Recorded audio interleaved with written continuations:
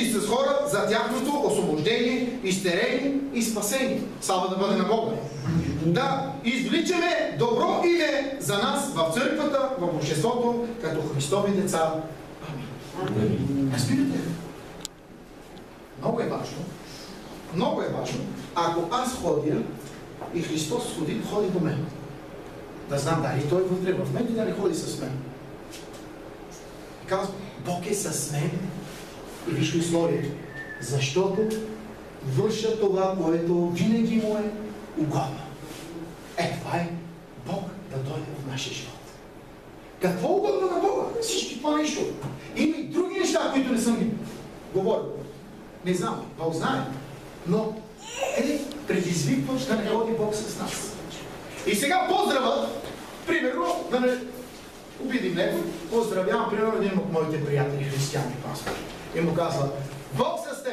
Обаче, ако знае тази проповед и ако знае, че угодството на Бога е предизвикателство да бъде с него Господ, ще каже ли, амин, да бъде с мен. Или ще бъде ли уверен, че Бог е с някого? Или пък да си отиваме сега и да казваме, Бог е с мен. Ще бъдем ли уверени в това нещо? Малко трудно. Малко трудно. А затова ви казвам, като ваш брат, трябва да застанем пред Бога тази вечер, до другата, другия месец, абсолютно и да почнем. Аз съм такъв. Моята вяра не е библейска, която се покорява. Аз имам вяра за пред хората, за пред църквата, за пред синовете ми, пред жена ми, но нямам покоряваща вяра, която да се причини до Бога. Господи, покайвам се.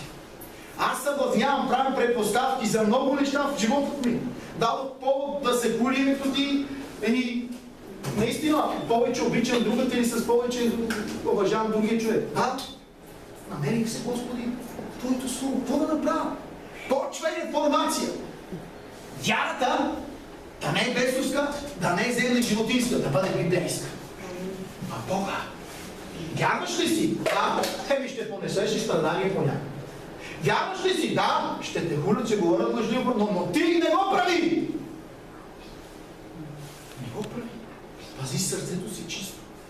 Разбирате ли? Бог да бъде с теб. Да ходиш с Бога. Знаеш ли какво е? Ти няма да протегнеш ръката си, но тя ще се отвори пред теб. Ти ако ходиш с Бога, знаете ли, и Бог, ако бъде с нас, ние няма да имаме болести в нас. Мойсей е ходил с Бог 120 години очила, не е носил. Обувките не му се скъсаха. Дрехите, Библията казва, че не са се скъсали върху него. Болест не е описана. Той умрял човекът горе на планината, защото Бог му казва, виждаш ли планината? Да. И виждаш ли Канадската земя от другата страна? Да. Няма да влезеш. Знаеш ли защо? Защо? Защото си се наприл на майстор и каза на планината, над скалата, аз ти заповядам да даваш вода. Кой си ти? Да заповядваш, да казваш и да командваш. Знаете ли, че много хора заеха вече мястото на Бога, вместо Бог да вземе мястото на църквата. Пастори, проповедници, християни. Те командват, те ще кажат какво ще стане. Ама Бог го няма, те казват вече. И са църква. Те са вярващи. Разбирате ли колко е важно това нещо в нашия живот? Рисковано е. За да можем да предизвикваме Бог в нашия живот и да живеем чрез Бог. Разбирате ли? Ние, когато си дигаме ръцете на евангелизации, ако е Бог с нас, ще направи чудеса. Когато ние сме в колата, Бог ще спаси цялата кола от катастрофи, дори целият самолет заради нас. Няма добре не като грешни хора. Разбирате ли? Знаете ли от какво трябва най-много да ги е страх хората? От това, че Бог не е с тях. Липсвата още от този свят, че Бог не е с тях, знаете ли какво? Ужасяващо е. Бог не е с мен. Ако умра, къде ще ходя? Ами като умира след това, Бог пак няма да бъде с теб. Защото човек, когато умира без Бога, когато умира в греховете си, той е отдалечен вече от Божието присъствие завинаги. А там са проклетите. Там са демоните, нечисти духове. Там са паднали там и всички нечистили, тяхната уча ще бъде там. Отделени от Бога.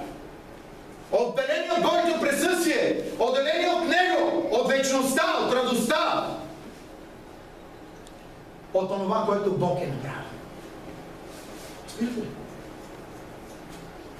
Ние трябва да се научим още от сега от земята да чувстваме Бог в нас, с нас. Хората, които са били убити заради Господа, те умираха с песен, с радост. Разбирате ли?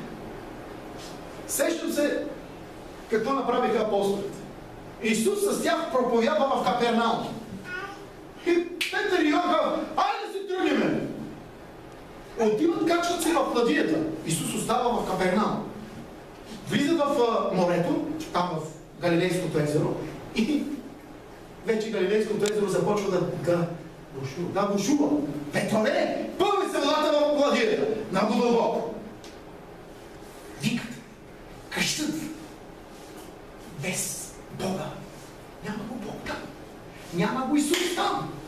Но вижте, Исус знае, че те са в опасност и Той ходи по водата и идва към тях. Защо идва? За какво иска Бог да дойде в нашия живот? Да ни спаси. Да ни помогне да отидем от другата страна на този бряг. Слава на Бога. Разбирате ли? Защо ние трябва да имаме чиста библейска вяра? За да може да дойде Господ. Ако го нямаше, ако я нямаше тази вяра и Бог да е видял тези хора, казва на Петър, той е видял живота му. И му казва: Петре, сега не знаеш какво става, но после ще разбереш. И когато се върнеш, обърни братята си. И тогава той му казва: аз видях в тебе много хубави неща, че ти ще върнеш църквата и братята си. Нали? Но ето ще построя църквата и ще ти дам, казва, ключове.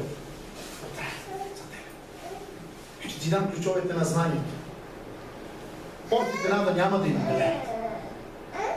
Именно Петър стана скрутна. Защо? Защото той се отрече от Господа, но повече не се научи да се отрича от Господа. Той е говорил, че не познава Исус, но той каза: повече няма да казва. Ще каже, че го познава. И ако ще да заплати ми с живота си, с каквото ще да. Научил си се, покава и пак. Ние знаете ли за какво плачем? Понякога път плачем. В църквата гледа много хора плачат. Плачат за децата си, плачат какво ще пия, какво ще стане утре, кой ще стане утре. Защо не плачеме заради греховете си? Защо не плачеме, че в нашата ладия, в нашия живот го няма Исус? Погиваме! Вижте ли? Ако той не е капитана на църквата, и той не е капитана в животът ни, и той не ръководи животът ни, нищо няма да, никъде няма да може да ходи. Никъде няма да може да отидем от другата страна. Апостолите ще умрат в езерото. Исус идва да ги спаси. Той може да заповядва на ветровете. Той може да заповядва на бурите. Той може да заповядва на това море, което образно казва този свят. Той може да им забрани. Той може да затвори устата на лъвове. Той може да спре враговете, които идват към те. Той може с една дума да прави много неща в нашия живот. Но ние дали му позволяваме? Ще ви кажа още една ситуация. Петър лови цяла вечер риба и неговата ладия беше на брега на сутринта. Исус идва и неговото слово беше за първ път и проповядва. Разбирате, обаче казва: много хора са, а ще трябва да използвам една ладия. И на Петър му казва: можеш ли да се качвам в ладията? Да, може, повярвайте. Качва се в ладията. И оттегли, казва, малко надълбоко. Когато оттегли надълбоко, имаше голям периметр за проповед. Исус почна да й проповядва. И казва на Петър: Петре, сега е време да отиваме малко по-нататък, за да ловим риба. Цяла вечер съм ловял и не можах да ловим. Но според твоята дума ще отидем. И когато отидем, какво става? Напълни Петровата ладия, а имаше още много риба, имаше и друга ладия, която беше наблизо и нея напълни Господ. Само да бъде на Бога. Петър падна и каза: иди си от мене, Господи, защото съм грешен човек. Ти и аз можем да плачем много горко, когато идва Бог в нас, и това, което сме се мъчили да го правим цял живот, не можахме, но когато Той идва, Той го прави! Амин! Но когато Той идва, Той го прави! Бог Затова ви казвам, друго е да има помазание в църквата, да ти цели Господ, да чувстваш благодата на Бога, друго е да ходиш с Него. Но Той иска да му кажеш. Слава да бъде. Амин. Нека да си справим да се помолим. Святи Господи, благодарим Ти за Твоето Слово, Господи. Амин. Молиме Те Твоето присъствие да дойде в животът ни, Господи. Без Теб сме нищо, Боже мой. Кем валщо дрънка, мечто звънти. Нищо не сме, Боже мой. Искаме да дойдеш Ти в нашия живот, да дойдеш в нашия, Господи, живот, в нашето семейство, в нашето сърце. За да можем, Господи, да живеем с Теб, чрез Теб и за Теб, Господи. Твоето Слово, както казваш и Давид в 23-тия псалом, че когато и дори в долината на мрачната сянка, ако ходи, Ти си с него, Господи. Той няма да се бои. Боже, ако имаме неприятели, чашата ще ни се прелее. Благост и милост ще ни следват с Теб, когато сме, Господи. Когато Ти си с нас, Боже.